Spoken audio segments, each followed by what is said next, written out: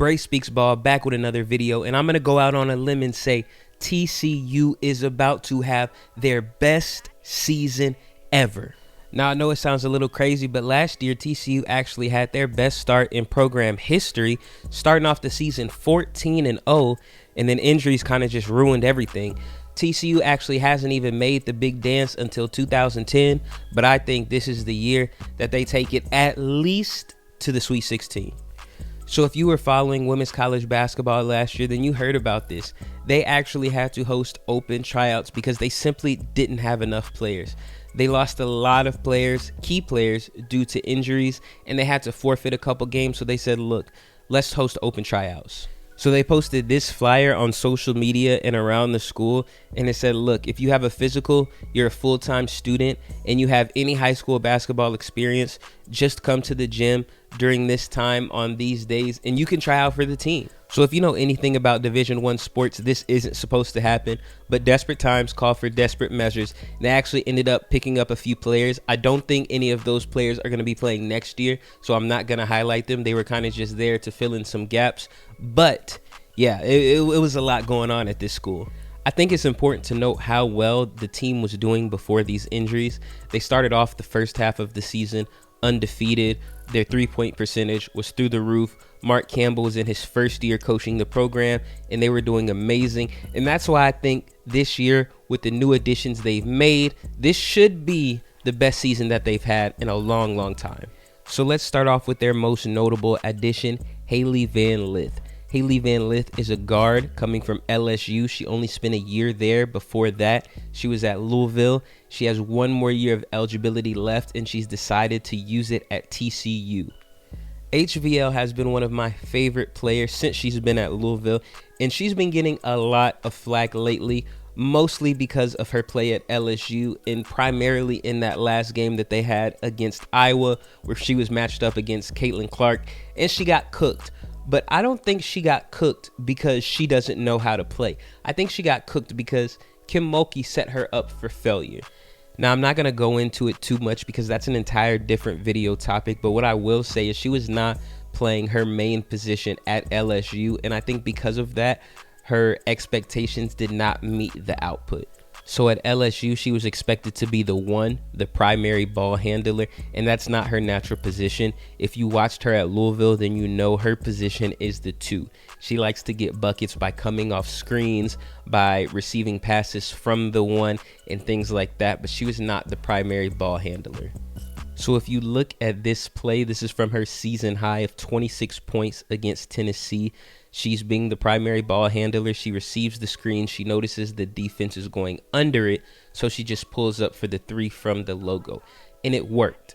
It's going to work when you have a hot hand, but when you don't have a hot hand, a lot of these buckets just aren't going to go in. And if that's not your role, then you shouldn't be expected to make those kinds of shots. So here's a highlight from her at Louisville. The team is running through some type of action. She receives the ball, and then she sees an open teammate, so she gives it to them. She is a good passer. I'm not trying to take that away from her. She can pass the ball, but she's way more comfortable passing the ball if she's receiving it from someone else first, which is typically how most 2 guards are.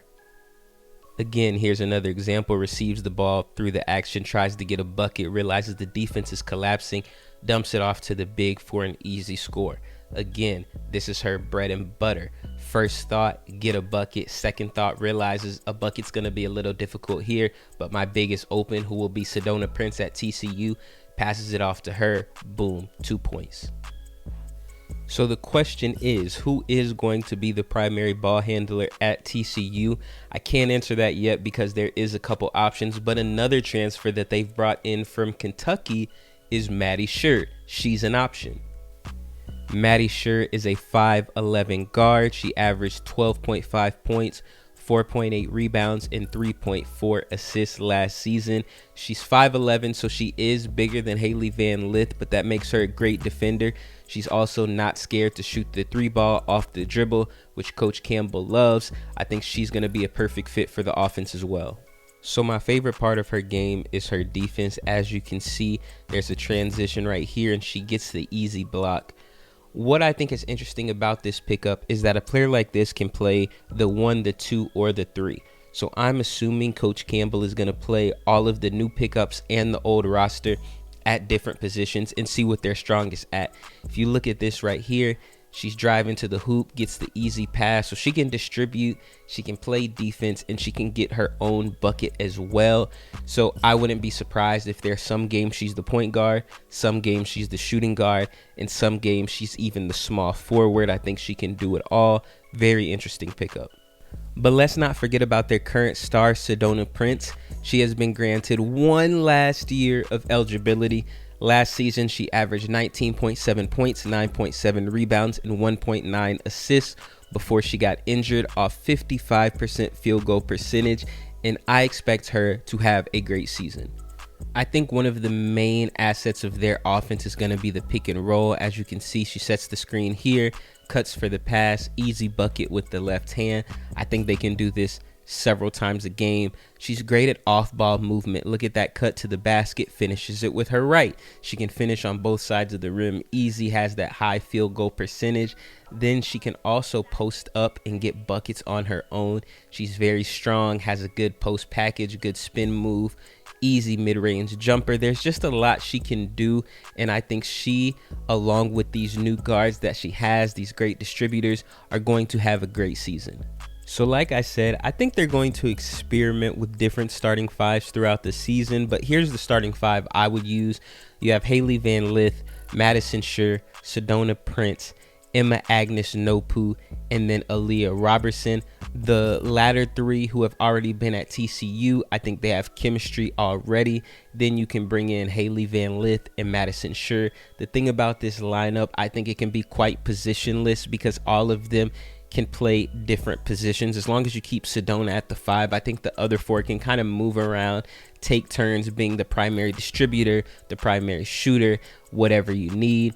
And then you also have a strong bench. You have players like Madison Connor that can come off the bench. You have Nisha Godfrey that can come off the bench. She can change out, be the one sometimes when the primary one in this lineup gets tired. There's just a lot of options, and I think TCU has the ability to take it very far just because of pure depth alone. All right, y'all, that about wraps up this video.